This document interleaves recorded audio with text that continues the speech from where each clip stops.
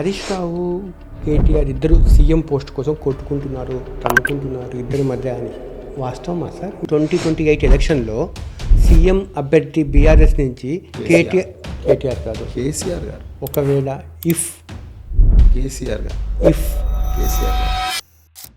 దేశానికి రాష్ట్రానికి న్యాయం చేస్తున్న తండ్రి నాకు మాత్రం అన్యాయం చేశారు. సో రకంగా చెప్పాలంటే జెండర్ పార్టీ ప్రత్యేకించి కవిత గారి చేతిలో స్క్రిప్ట్ పెట్టి ఈ స్క్రిప్ట్ ప్రకారమే మాట్లాడమని చెప్తున్నాను. కాన్ఫిడెంట్గా నేను ఉదాహరణ కూడా చెప్తాను మీకు. చెప్పండి సార్. నేను 6 నెలల క్రితం తీన్మార్ మల్లన్న స్టూడియో మీద దాడి జరిగింది. అక్కడ రక్తం కూడా పడ్డది, కొంతమంది గాయాలు కూడా అయినాయి. ఆ రోజు ఎవరిని ఈ రోజు వరకు కూడా ఎవరిని అరెస్ట్ చేయలేదు. ఆ కానిస్టేబుల్ను డ్యూటీ నుంచి తప్పించి వాళ్ళని అక్కడ పెట్టారు. మల్లన్న మీద చేసిన కేసులో ఎందుకు అరెస్ట్ చేయలేదంటే సార్ పైనుంచి ఇన్స్ట్రక్షన్స్ ఉన్నాయి, ఈ కేసును ముట్టుకోవద్దని చెప్పారు. సార్ ప్రజా పోరాటాలకు ఒక ఐకానిక్ ఫిగరు కేసీఆర్ గారు. భారతదేశం మొత్తం ఆయన్ని ఒక ఆదర్శంగా రాష్ట్రాన్ని సృష్టించి ఒక ఆదర్శంగా తీసుకుంటూ ఉంటుంది. అదేం సార్ కవిత గారు రాష్ట్రానికి న్యాయం చేస్తున్న తండ్రి నాకు మాత్రం అన్యాయం చేశారు. సో రకంగా చెప్పాలంటే జెండర్ డిస్క్రిమినేషన్ గురయ్యాను మా ఇంట్లో అన్నారు. కవిత గారిని అడగాలి సార్. ఈ ప్రశ్న మీరు కవిత గారిని అడగండి అని చెప్పకుండా ఉండుంటే నాకు ప్రశ్న ఏంటంటే ఎందుకు బయటకు వెళ్ళారంటారు ఆమె? మరి కవిత గారిని అడగాలి అంటే నేను చెప్పాను కదా ఆ మాట కాకుండా అంటే ఎందుకు బాధ కలిగితే కదా ఆమె బయటకు వెళ్ళింది. మరి బాధ అయినా ఉండాలి, లేకపోతే ఒక ఆస్పిరేషన్ ఉండాలి. మరి ఆమెకి ఇంకా ఏమైనా కావాలని ఆస్పిరేషన్ ఉండాలి. నిజంగా కవిత గారు బీఆర్ఎస్ నుంచి పోవడానికి నాకైతే ఏం రీజనే కనిపించలేదు. మరి ఎవరు ఎందుకోసం వెళ్ళారనేది కవిత గారిని అడగాలి. మీరు మీరు నా ఆన్సర్ చెప్పొద్దు అన్నారు, కానీ నాకు ఆన్సర్ తప్ప ఏ ఆన్సర్ కనిపించడం లేదు. ఏం తక్కువ చేశారండి? వారిని ఎంపీగా చేశారు, తర్వాత ఎమ్మెల్సీ అయ్యారు. వారు ఇప్పుడు ఎమ్మెల్సీ, యాక్టింగ్ ఎమ్మెల్సీ. అదేవిధంగా నిజామాబాద్ జిల్లా అంతా కూడా రాజకీయాలను ఆమెనే చూసేవారు. తర్వాత ఆమెకు ఎప్పుడు కూడా ఏ మీటింగులు, కీలకమైన మీటింగులు పెట్టినప్పుడు అందరూ మహిళా నాయకురాలతో పాటు ఆమెను కూడా మీటింగ్లకు పిలిపించేవారు. ఆమె వెనకాల ఎవరైనా ఉన్నారు అనుకుంటున్నారా పొలిటికల్? 100% నేనైతే రేవంత్ రెడ్డి ఉన్నాడు అనుకుంటా. ఎందుకంటే నేను ఇంతకుముందు కూడా ఒక చోట చెప్పాను, ఇప్పుడు కూడా చెప్తున్నాను. ఈ స్టేట్మెంట్స్, కవిత గారు ఇస్తున్న స్టేట్మెంట్స్ వెనకాల ఇక్కడున్న కాంగ్రెస్ ప్రభుత్వం ఉందని నేను అనుకుంటున్నాను. ఎందుకంటే ఈ బీఆర్ఎస్ వాళ్ళు అనుకున్నారు, బీఆర్ఎస్ పార్టీని ఖతం చేద్దాం అనుకున్నారు. ఎందుకంటే తెలంగాణ ప్రయోజనాల కోసం పోరాడుతున్న ఏకైక పార్టీ బీఆర్ఎస్. ఈ 2 జాతీయ పార్టీలు తెలంగాణను దోచుకోవాలని చూస్తున్నాయి. ఒకవైపు కాంగ్రెస్, మరోవైపు బీజేపీ. ఈ కాంగ్రెస్ పార్టీ ప్రత్యేకించి కవిత గారి చేతిలో స్క్రిప్ట్ పెట్టి ఈ స్క్రిప్ట్ ప్రకారమే మనం అనుకుందాం సార్. రేవంత్ రెడ్డి గారి హస్తం ఉందని చెప్పి, రేవంత్ రెడ్డి గారి ఇన్ఫ్లుయెన్స్లో కన్న తండ్రిని, రక్తం పంచుకుని పుట్టిన అన్నని కాదని చెప్పి ఆమె వాళ్ళకి వ్యతిరేకంగా రాజకీయ పోరాటం చేస్తారంటారా సార్? ఒకసారి మీరు కవిత వైపు నుంచి ఆలోచించండి సార్. కవిత గారి వైపు నుంచి ఆలోచిస్తే ఒక్కటి కూడా లాజికల్గా ఆమె పాయింట్స్ లేవంటారా? కొంచెం మీరు విని ఉంటారు కదా నా ఇంటర్వ్యూ, ప్రసంగాలు ఇవన్నీ. ఆమె ప్రసంగాల్లో కూడా ఆమె బాధను నా ఫోను ఏమంటారు, నాకు ఇట్లా నేను చేశారు, అట్లా నేను చేశారు, నేను నా తండ్రికి రాసిన లేఖలు లీక్ చేశామంటున్నారు, లేకపోతే ఇంకా నాకు అసలు స్పేసే లేదు, నేను నిజామాబాద్లో 2వ సారి ఓడిపోవడానికి పార్టీలో కొంతమంది పెద్దల కారకులు, లేకపోతే కేసీఆర్ గారి చుట్టూ దయాలు ఉన్నారని చెప్పేసి, వాళ్ళు ఉన్నారని చెప్పేసి, వీళ్ళు ఉన్నారని చాలా అంటారు. అదేవిధంగా పార్టీలను విభేదించి కాంగ్రెస్ పార్టీ బీసీల కోసం చేసిన తీర్మానం కరెక్టే, కానీ బీఆర్ఎస్ పార్టీ స్టాండే కరెక్ట్గా లేదని చెప్పి ఇంకా రకరకాల మాటలు. అదేవిధంగా అమెరికా నుంచి వచ్చిన తర్వాత బీఆర్ఎస్ పార్టీ వర్కింగ్ ప్రెసిడెంట్ మీద, తర్వాత రకరకాల పెద్దల నాయకులందరి మీద కూడా వాళ్ళందరి మీద కంప్లైంట్ చేయడం అనేది కరెక్ట్ కాదని నేను అనుకుంటున్నాను. లిక్కర్ స్కామ్లో కవిత గారి హస్తం ఉందని మీరు నమ్ముతారు సార్? నేనైతే నమ్మడం లేదండి. ఎందుకు చెప్తున్నా అంటే ఈ మాట, సో నిజంగా ఉంటే ఒక్కటనే క్రెడిబుల్ ఎవిడెన్స్ ఉండాలి. అంటే మీరు ఇప్పుడు బీఆర్ఎస్ పార్టీ స్టాండర్డ్ మాట్లాడుతున్నారు తప్ప మీరు ఒక పోలీస్ ఆఫీసర్ మాజీ అని చెప్పి పోలీస్ ఆఫీసర్ చెప్తున్నాను. నేను ఆమెను కలవడానికి నేను తిహార్ జైలుకి వెళ్ళాను. హరీష్ రావు, కేటీఆర్ ఇద్దరు సీఎం పోస్ట్ కోసం కొట్టుకుంటున్నారు, తన్నుకుంటున్నారు ఇద్దరి మధ్య అని వాస్తవమా సార్? మీకు అలా కనిపించింది దృశ్యం? వాళ్ళు కేసీఆర్ గారిని సీఎం చేయడానికి రాత్రింబవళ్ళు కష్టపడి పనిచేస్తున్నారు. వాళ్ళొక్కరే కాదు, మేమందరం పనిచేస్తున్నాం ఇప్పటికి కూడా. వాళ్ళిద్దరి మధ్యలో ఎలాంటి పొరపచ్చాలు లేవు. వాళ్ళిద్దరు కూడా కేసీఆర్ గారిని మళ్ళీ ముఖ్యమంత్రి చేసేదాకా మన ఇద్దరం నిద్రపోవద్దు, అందరం కలిసి ఇంకా మన సంఖ్యను పెంచుదాం అని చెప్పి పనిచేస్తున్నారు. 2028 ఎలక్షన్లో సీఎం అభ్యర్థి బీఆర్ఎస్ నుంచి కేసీఆర్ గారు అండి, కేటీఆర్ కాదు కేసీఆర్ గారు. ఒకవేళ కేసీఆర్ గారు కేసీఆర్ గారు. బీఆర్ఎస్ పార్టీ సీఎం అభ్యర్థి కేసీఆర్ గారు. ఈలోగా పార్టీని బీజేపీ మింగేయబోతుంది, వాస్తవం కదా. బీజేపీకి అడ్రస్ కూడా దొరకదు. తెలంగాణ ప్రజలు కాంగ్రెస్లను బీజేపీలను విస్మరించి సరే ఆ ఇంట్లోంచి బయటకు వచ్చిన కవిత గారిదే ఆందోళన సార్, ఇది నాది కాదు. ఆమె చెప్తుంది, నేను దగ్గరగా చూశాను. ఇంతకు ముందే చెప్పాను జాఫర్ గారు, కవిత గారికి ఒకరు స్క్రిప్ట్ ఇచ్చారు. నేను అనుకుంటున్న కాంగ్రెస్ పార్టీ ఇచ్చిన script, right? So Congress party script ఇచ్చి కవిత గారిని ఈ విధంగా మాట్లాడమని చెప్తే ఆమె ఆ విధంగా మాట్లాడుతున్నారు. సార్ నేను అడిగిన చాలా కీలకమైన ప్రశ్నలు మీరేం సార్ అంత కాన్ఫిడెంట్గా చెప్తున్నారు. నేను వచ్చిన నేను ఈ ప్రశ్నల జవాబు ఏం అనుకున్నాను సార్, నేను కొత్తగా ఈ పార్టీలోకి వచ్చింది, లోపల ఏం చెబుతున్నా నాకు తెలియదు, అంత పెద్ద విషయాలు నేను చెప్పలేకపోవచ్చు కదా అని అంటారు. వెరీ కాన్ఫిడెంట్గా మాట్లాడుతున్నారు. కాన్ఫిడెంట్గా నేను ఉదాహరణ కూడా చెప్తాను మీకు, ఎందుకు ఈ కాన్ఫిడెన్స్ వచ్చింది అనేది చెప్పండి సార్. నేను నెక్స్ట్ ప్రశ్న 6 నెలల క్రితం తీన్మార్ మల్లన్న స్టూడియో మీద దాడి జరిగింది. తీన్మార్ మల్లన్న స్టూడియో మీద దాడి జరిగి అక్కడ పోలీసు వాళ్ళు కాల్పులు కూడా జరిపారు. క్రైమ్ నెంబర్ 881 అనేది ఉంది. అక్కడ రక్తం కూడా పడ్డది, కొంతమంది గాయాలు కూడా అయినాయి. ఆ కేసులో వాళ్ళందరూ తెలంగాణ జాగృతి కవిత గారి మనుషులమని చెప్పారు. వాళ్ళు తెలంగాణ జాగృతి అని చెప్పారు. తర్వాత కవిత గారు కూడా మల్లన్న గారు నోరు దగ్గర పెట్టుకో లేకపోతే తిరగబడతారు మా వాళ్ళు, లిమిట్ దాటి తీన్మార్ మల్లన్న అనరా అనే మాట అన్నాడు. సరే నేను పక్క అది ఖండనీయమే, దాన్ని నేను కాదన్నాను.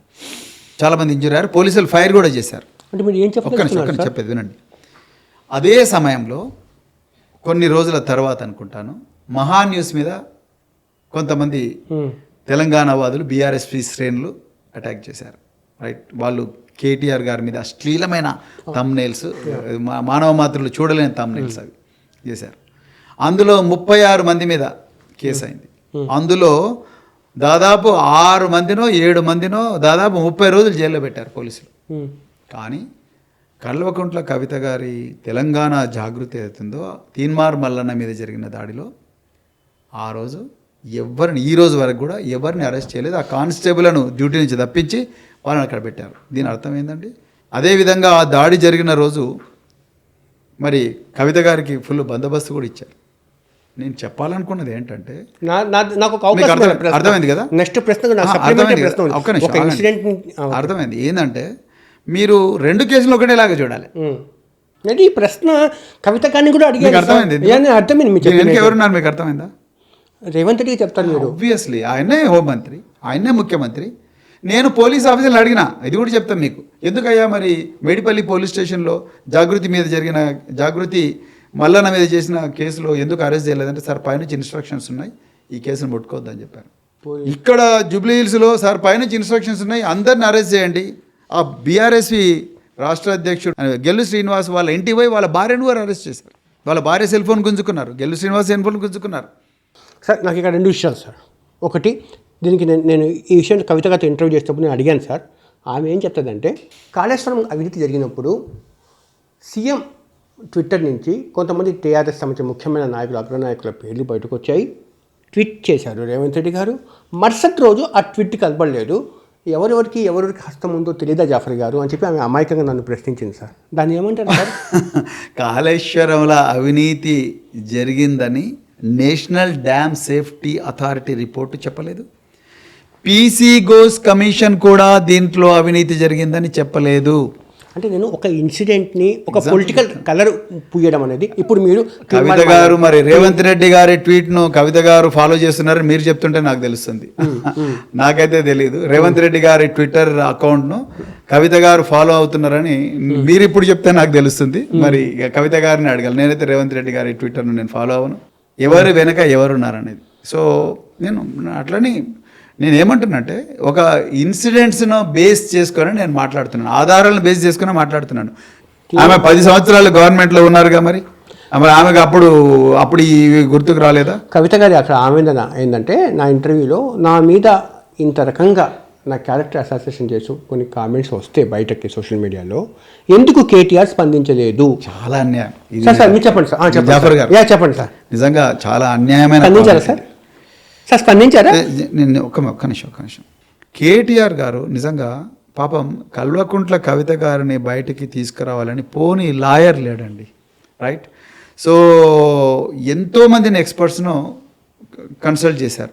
ఆ విషయాలు నాతో ఆయన పంచుకున్నారు. ఆ తర్వాత మాట ఆమె నాతో దగ్గరికి కవిత గారు జైల్లో పోయి కూడా కలిశారు. నా ఇంటర్వ్యూలో అలాగే అక్నాలెడ్జ్ చేశారు సార్ కవిత గారు. ఆమె అడిగిన ఆవేదన ఏంటంటే తీర్మానం మళ్ళీ నా మీద కామెంట్ చేసినప్పుడు ఎందుకు కేటీఆర్ స్పందించలేదు, ఎందుకు కేసీఆర్ స్పందించలేదు, ఎందుకు హరీష్ రావు స్పందించలేదు, ఎందుకు సంతోష్ కుమార్ స్పందించలేదు.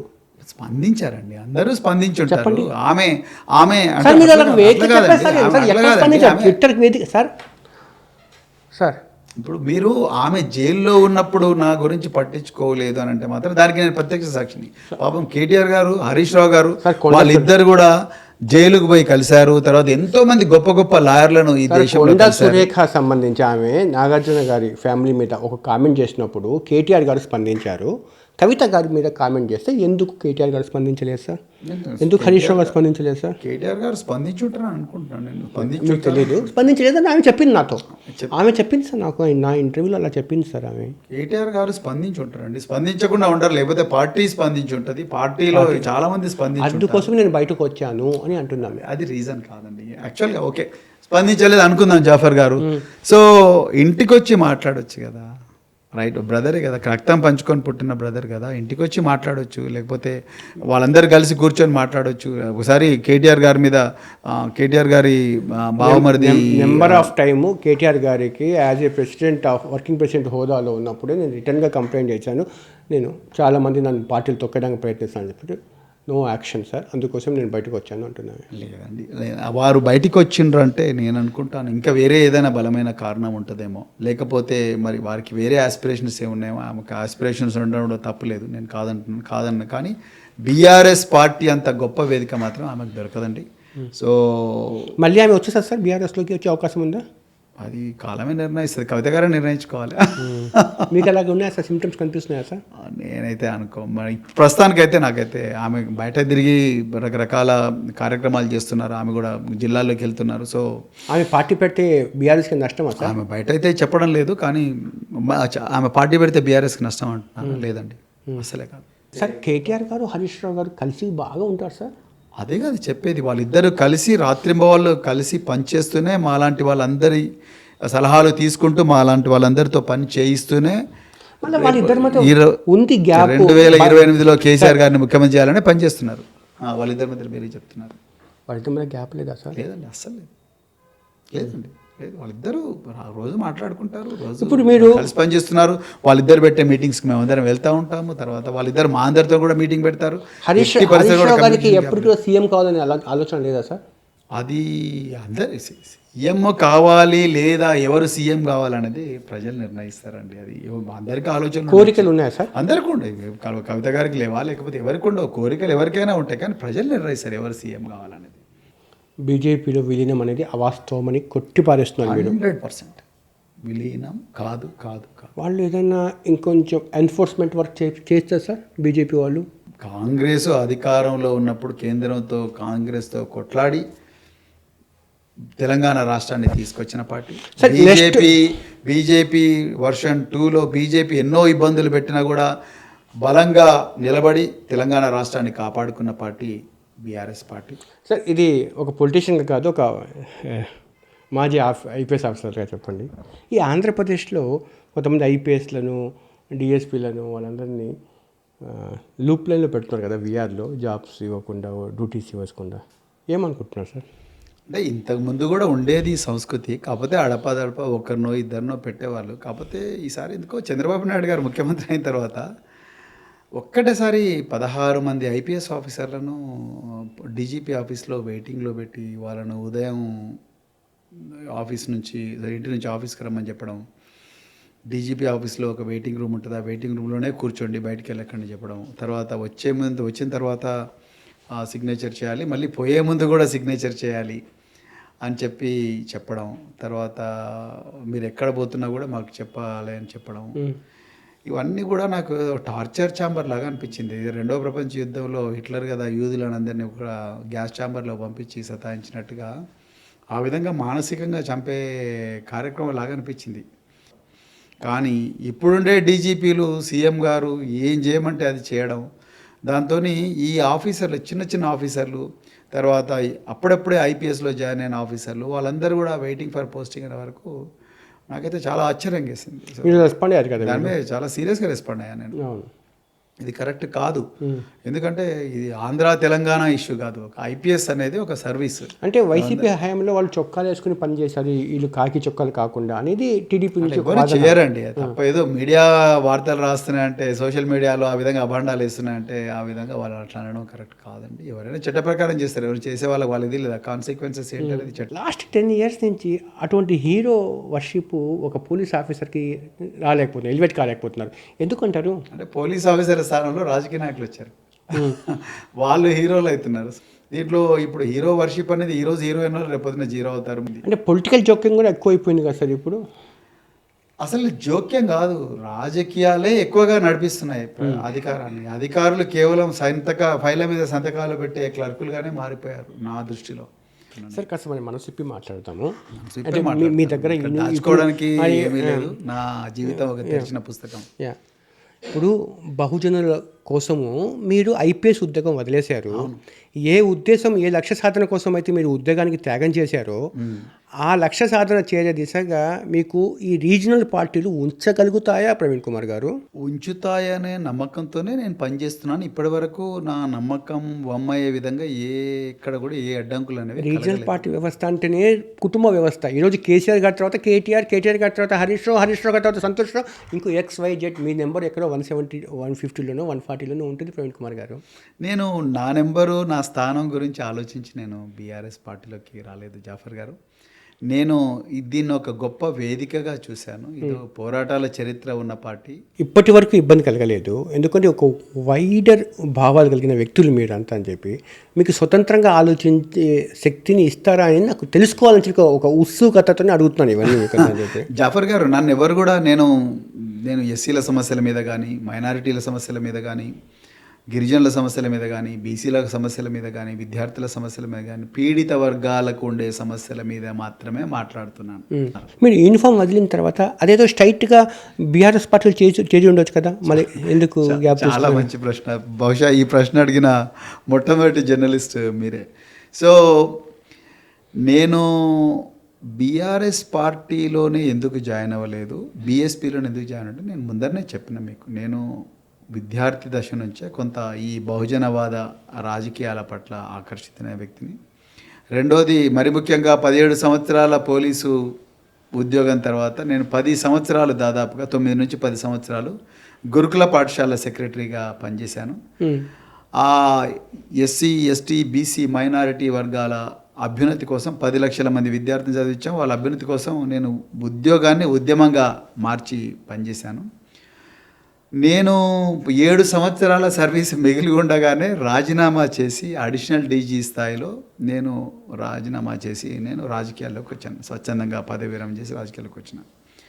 నేను ఎందుకు రాజీనామా చేసిన అంటే, నేను కేసీఆర్ గారి మీద కోపంతో రాజీనామా చేయలే, లేకపోతే ఈ రాజకీయాల మీద కోపంతో రాజీనామా చేయలేదు. నేను కాన్షీరామ్ గారి భావజాలం, అదేవిధంగా వారు తన జీవితాన్ని త్యాగం చేసి బహుజన్ సమాజ్ పార్టీని నిర్మించి దాన్ని దేశవ్యాప్తంగా ఒక సిద్ధాంతంగా మలిచి దేశవ్యాప్తంగా బహుజన వర్గాలకు ఎన్నడూ లేని ఒక రాజకీయ చైతన్యాన్ని రగులు కొలిపి బహుజన్ సమాజ్ పార్టీని స్థాపించి ఉత్తరప్రదేశ్లో ఆయన సక్సీడ్ అయిన విషయం చూసి నేను చాలా స్ఫూర్తి పొందాను. తెలంగాణ రాజకీయాలకు కూడా అలాంటి భావజాలం అవసరం అనుకొని చెప్పేసి. అంటే బహుజన్ సమాజ్ పార్టీ కాన్షీరామ్ బతుకున్నప్పుడు ఉన్న బహుజన్ సమాజ్ పార్టీ, మాయావతి ఉన్న బహుజన్ సమాజ్ పార్టీ రెండు ఒకటేలా కనిపిస్తున్నాయి.